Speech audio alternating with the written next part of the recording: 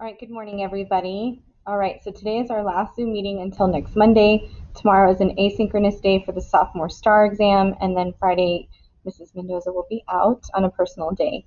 All right, so we're going to talk a little bit about argument essays. I know we spent about a week and a half going over conferences on your timed writing right before spring break. So I want to make sure that we look at an actual released prompt, look at the rubric, look at some samples, and then we're going to practice another argument timed writing in the next week or so.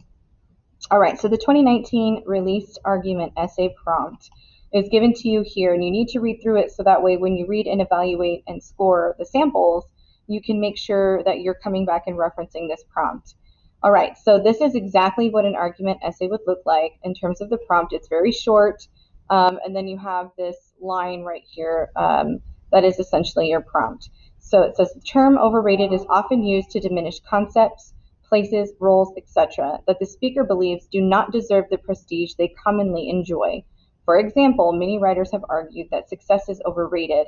A character in a novel by Anthony Burgess famously describes Rome as a vastly overrated city, and Queen Rania of Jordan, herself has asserted that being queen is overrated.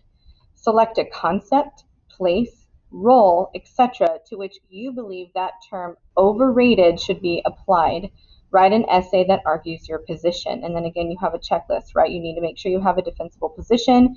You have to have evidence to support your line of reasoning. Right here, your line of reasoning are your claims that support your thesis. Explain how the evidence supports each additional claim that ultimately reinforces the thesis. And then, of course, make sure you proofread, right? Make sure we're not repeating ourselves several times. So this is the prompt for the released samples that you're going to see in just a minute. You have your argument essay rubric right here. It's pretty similar in terms of row A, row B, and row C. Sophistication point, I want to say, isn't any different than what you've seen in the past, but I want to take a look at this thesis point. It says that it responds to the prompt rather than restates it, right? There are many things that are overrated. And the thesis clearly takes a position rather than just stating that there are pros and cons. So rather than just saying school is overrated, or many people like school, but it can be overrated. That's not a thesis. School is overrated because A and B, right? You need to have the reasons within that thesis. That's what makes it defensible. Without reasons, or factors, or the specific rhetorical choices. Those are the three things you need to have in the thesis statements for all three of your essays. So argument needs to have reasons within that thesis statement. Without reasons, you can't score higher than a 2. Okay, it says do not make multiple supporting claims or do not adequately support more than one. So if you don't have claims at the beginning of those body paragraphs, you will not score higher than a 2, okay? Provided that you get the thesis point, that's still a 3, that's not passing this essay. So you have to have multiple claims that uniformly offer evidence to score a 3, right? And this one says all of the commentary and evidence is adequately and clearly explained. You have multiple supporting claims that all focus on the importance of specific details to build an argument. This is where you're summarizing, even though you have claims and evidence. This is where you're only focusing on those important details and giving me what's necessary within the essay. Then, of course, you have your sophistication point. Again, it talks about implications or limitations, situating in a broader context, understanding that it is nuanced, and you're constantly exploring those complexities rather than just generally telling me that, it can depend. When does it depend, right? You want to be very explicit about those things that you choose to explore. Okay, so this evaluation and scoring assignment, if you click on the link provided in the assignment right here, you need to click here to access the actual essays, or you can download them as a PDF. If you click on the link, it's going to make you copy it. That way you will have it in your drive, and you have 3 different sample essays of the argument prompt now in your drive. I highly recommend that you save them in an English folder or something so that way they don't get lost. But you have 3 different samples. You have sample A, sample B, and then sample C. And your goal and your task is to score them based on that rubric and then ultimately complete this evaluation form, okay? So this is very similar to what you've done in the past, especially with synthesis essays. So you have A, B, and C. Which one scored a 3, which one scored a 4, and which one scored a 6.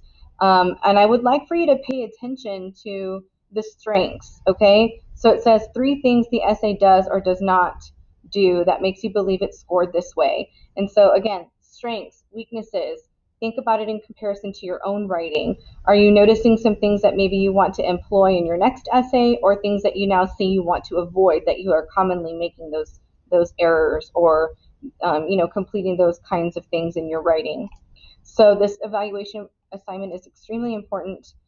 Tomorrow you will take progress check number 6 with the reflection. And remember, that's an asynchronous day. It will open up at 9 a.m. Friday, you will start pre-writing for an argumentative prompt. And so I want to go over that. So on Friday, make sure you watch my video, because I'm going to take it slow and show you how I would approach this prompt. And then, of course, you'll have a pre-writing assignment to complete on Friday. You need to make sure you're staying up with all of your assignments every single day. I know a lot of you are talking to me about your stress levels and things of that sort, and I completely get it, but it's not good for anybody's mental health when you let things slide for an entire week, and then now you have quadruple the amount of assignments to do on the weekend when you're already down. So think about it that way, right? Do a little bit here, do a little bit there. Try not to let yourself fall completely down that rabbit hole, because digging yourself out of that is worse than letting yourself get there in the first place. I'm here to help you, but I can't help you after the fact. Contacting me after final deadlines, there's nothing that I can do for you at that point. If you tell me in advance, we can make a plan and problem solve together on how we can extend deadlines, or how we can maybe show me certain things by certain dates. But remember, everything we do is scaffolded. We have certain things every single day or every week in small pieces, so that way you don't have to sit there and do 10 tasks at one time.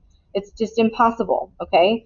And this is an AP dual credit class. You get 8 points on your GPA. Some of you are already getting college credit, and ultimately this exam that's coming up will determine for some of you whether or not you get college credit. And so I understand, we got to be able to walk that tightrope, but you can't do that without communication and being proactive. All right, guys?